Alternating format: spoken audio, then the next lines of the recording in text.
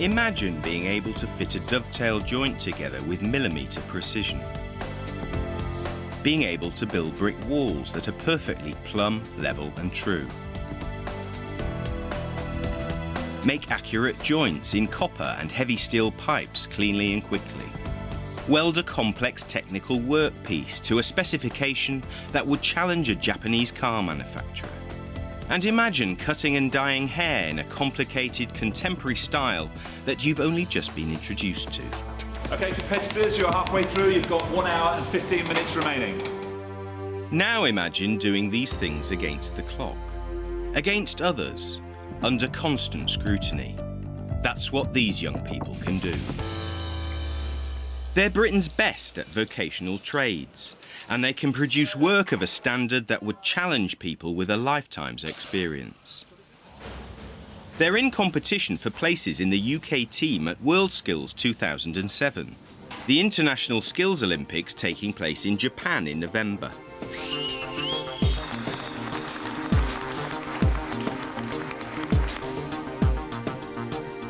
I don't know what's gone wrong with this one. This can't get full marks.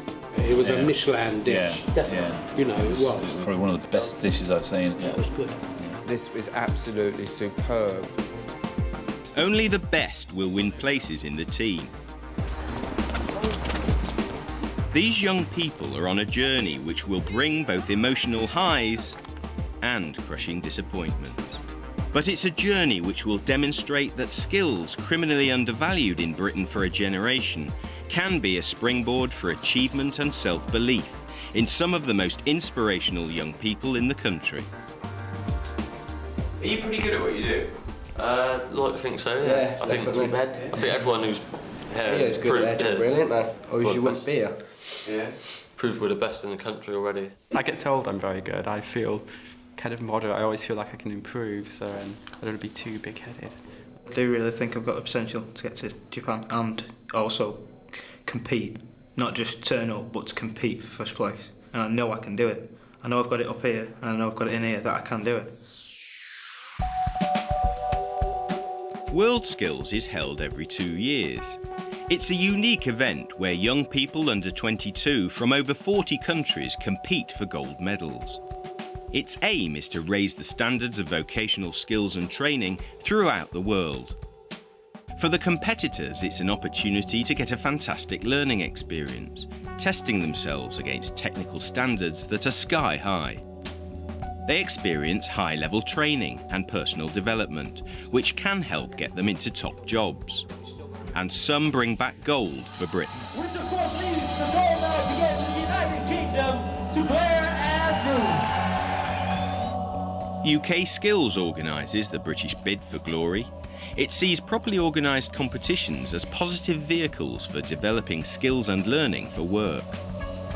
Competitions, whether they're, if you like, soft or pretty tough, do raise standards, and they do it in a tangible way. If you've got competition design right, you've got good judges, you've got proper assessment criteria, proper marking schemes, proper appeal processes, proper feedback, you have got tangible standards, and people know what to aim for. Competition is a feature of the world in which we operate.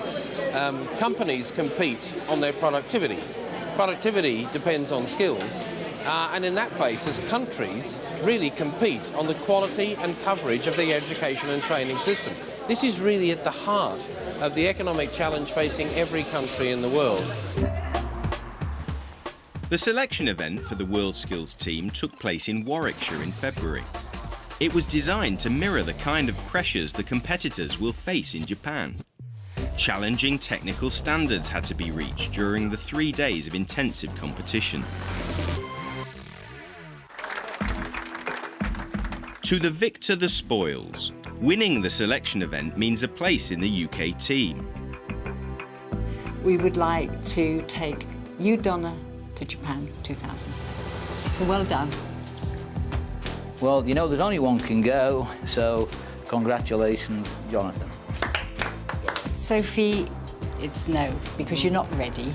Graham, take you in 2007. It's to be an extremely difficult, this one. Congratulations to Chris. I'm afraid that we won't be able to take you, Heidi. You're it. You're going to Japan. Well done, lads. You're in too. Don't blow it. So congratulations. Well done. Well done. For those who fail to get through, a long journey home.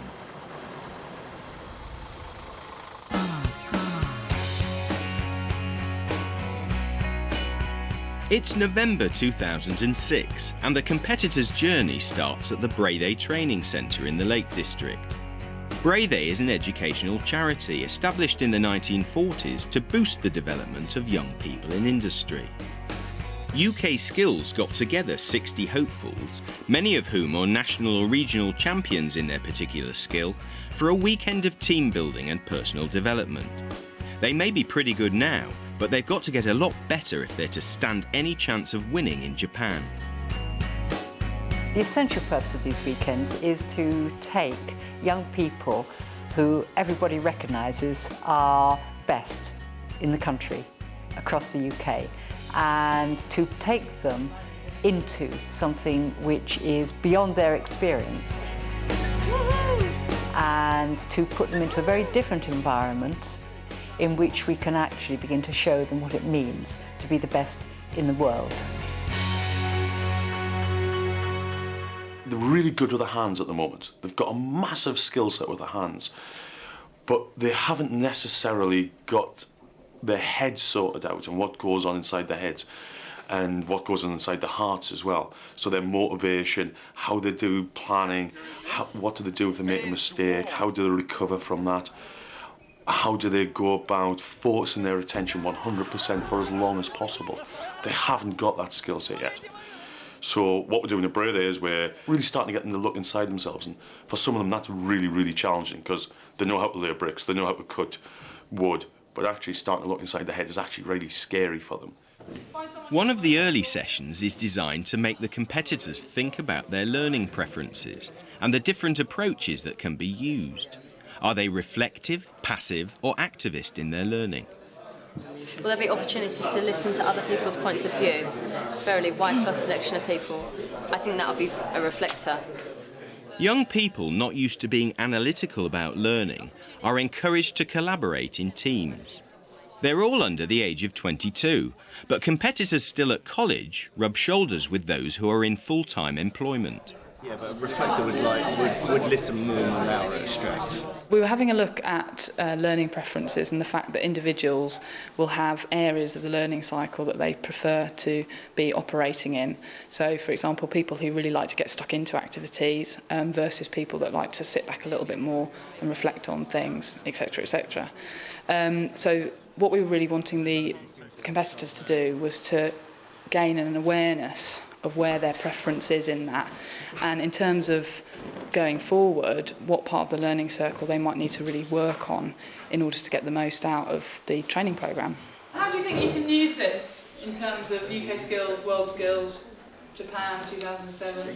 Our training manager might not be an activist like me, he might be a theorist, which I'm really not, but we've got to adapt and meet halfway for us to all be the best. We've got to meet 50-50. What we've been sort of working on is really just not putting too much pressure on them at these sort of early stages. And the purpose of that is that we can then really see them for themselves rather than them pretending to be somebody that they're not. You will be marked on if the colour's right at the back, if the colour's right on the side, etc. Okay? UK Skills allocate each skill category with a training manager recruited from FE, higher education or from industry. They will work with the competitors to raise their skill levels ever higher. But the training managers themselves are on a learning curve, as they have to coach already very able students towards excellence in performance. Their role very much is to almost liberate the skills of the competitor. To use our jargon, spring loose the resourcefulness of the competitor. And by that we mean everybody's resourceful. Everybody has the inability to go further, to take one step more. And using coaching, we're encouraging the training managers to help them do that. A team of training managers have been given a rubber inner tube and have to get themselves through it. Like the competitors, they're put outside their comfort zone by the Brede trainers. The rest of us leap through. When they're all through, we drop down, and we've got to decide who goes through first. You go first. I go first. What traditionally happens is that the training managers are used to working in more of a push style of coaching. We'll do the two. We'll all roll through, and when we're all through, you and you take our two places. So that's more about directing and telling their learners how to do it, which is what they're used to doing in their professional roles, most of them. What we're trying to encourage the training managers to do is explore what it means to pull their learners, and by that use more facilitative styles of coaching. So actually questioning more, exploring the issues with them more, and allowing the learner to really understand and explore what it means for them. So from a coach's perspective, how did you find the coaching? Very difficult. You're just used to telling. You know, you don't get the right feedback, you give the answer. Yeah. Coaching is very subconscious, and we don't really know we're being coached. It might be a little comment that you make that then it becomes our idea, but you don't quite know whether it was. We don't know whether it's our idea or we were good coaching. Is that not good to let the competitor think that it's their idea sometimes, because they take it on board then, don't they? They take ownership of it. Yolanda's point is exactly it, and that's the key of pull coaching. Okay, you're not giving instruction. Now you guys are all used to giving instruction. You're used to telling, you're used to that push style of coaching, yeah? And what you've just experienced is, as a coach's perspective, how difficult it is to pull coach. Yeah, it's frustrating, you don't feel you're contributing, you don't feel you're giving them the answers, because invariably that's what you're used to doing. The training manager's session runs in parallel with a product assembly exercise for the competitors. I've got 15 pieces of these wood to put together. That'll only go together one way. Competitors were given a written brief and a very specific diagram. That's the smallest lot, and then that's a bigger one. We've got that one the right way round. So try it the other way round. Yeah, that's the long one, that's a sharp one. So they then had to work out how to put all these bits together and then work out a methodology to put together more effectively. First one was about 6 minutes, and now it's a minute. Now we've got to get it down more, I think. It's a bit like going to World Skills, you get one opportunity to perform. On your marks, get set, go! They are very good at breaking tasks down into certain, the little bits. Oh, stop. 27.93 seconds. First one ever. I hate losing. Like, I strive to be the best at something. Like, everything that I do in cooking respects, I wouldn't do something unless I knew that I could win it. Go! Now, at present, the competitors are doing really well, but they won't know that they could break it down even further. They think they've reached that standard, which is a bit like, at the moment, they're the best in the UK, and they only see their work as being the best in the UK, because they don't know what a different standard would look like, what a better standard would look like. But they just cannot get their heads around that it's possible to do that yet, without really looking at their processes, breaking things down.